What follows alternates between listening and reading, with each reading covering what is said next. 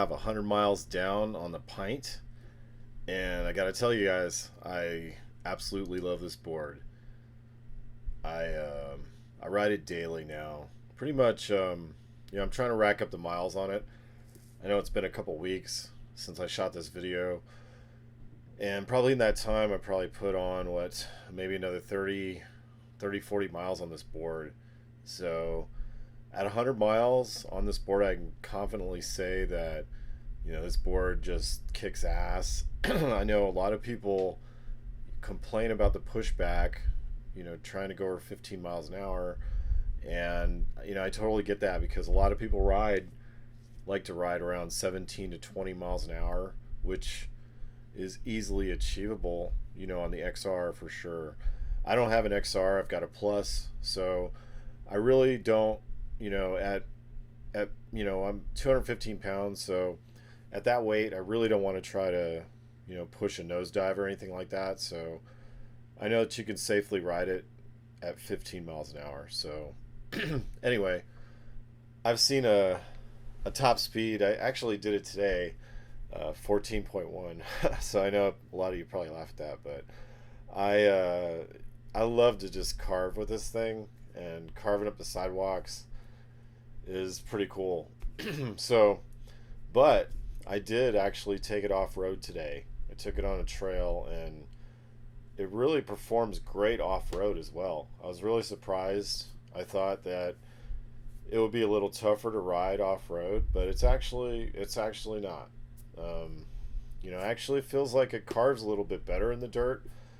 I wasn't really confident, trying to get carvy in the dirt with it, just because I wasn't sure if it was, just going to really slide out from underneath me.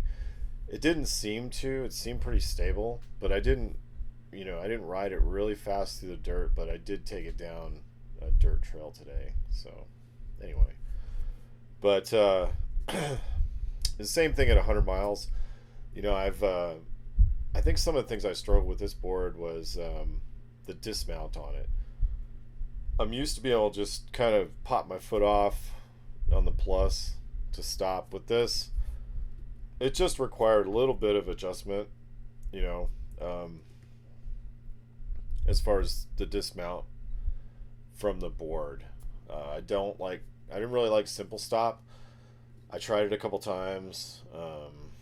Anyway, but I am determined to one day just kind of like practice simple stop and just sort of get it down, because if I ever were to teach someone, how to use the board for the first time, it might be easier to show them, the simple stop method. But, the heel lift method seems to work perfectly fine, and that's what I'm used to doing on my Plus, so I'll probably just continue, that with the Pint. So, at 100 miles, I've also noticed that now you're able to get a different version of the slick tire, and then also it looks like there's a treaded option available now. So that's pretty cool. You can also, Flight Fins released the full fin for this, so that's really cool too. I do have the full fin set up on my Plus, and I love it.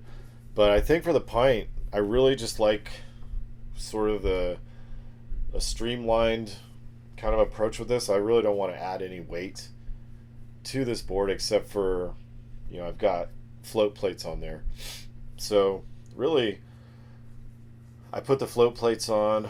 I try to put the rail protectors that I got from FM on there, and I just didn't like how it turned out. I was gonna wrap those rails in some vinyl. I just didn't like how it looked. So I was like, you know what? I'm not worried about protecting the rails on this board. I've actually I actually put some scratches on it today, quite a bit, because when you take it out in the dirt, the only thing about this board that's sort of something you got to look out for, it just rolls over easily. So if it's not sitting on a even surface and you're not watching it, it'll just roll over. So today it rolled over several times out in the dirt, and I scratched the shit out of the bumper and the fender, and I put some scratches on it, so I'm not really worried about it. It's gonna get scratched up, but I wish I had some better rail protection, and I think that I'm not really too worried about scratching it up too much because I know when they do get some decent rail protection available, I'll be able to get it, slap it on there, and it'll look just like new. So, not really worried about it.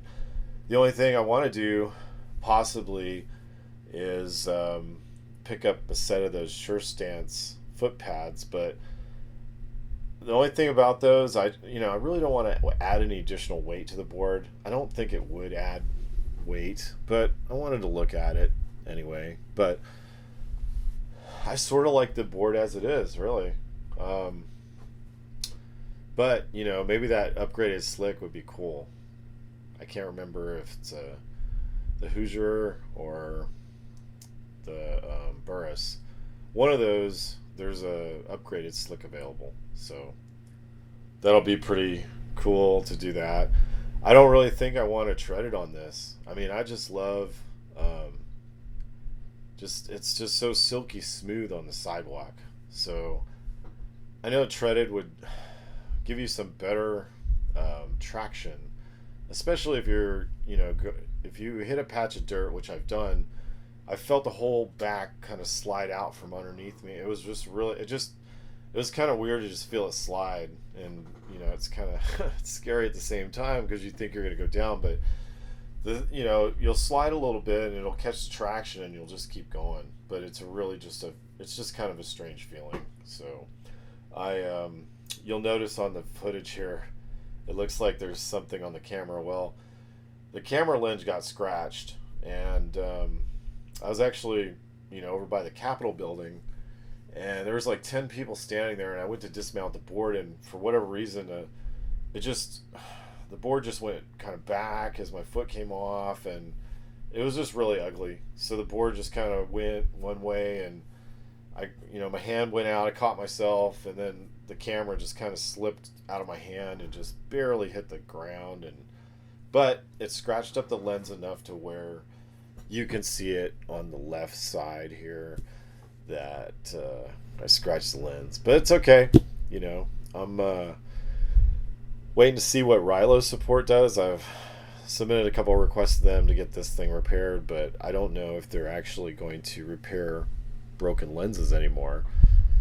But anyway, I mean, the video didn't look too bad.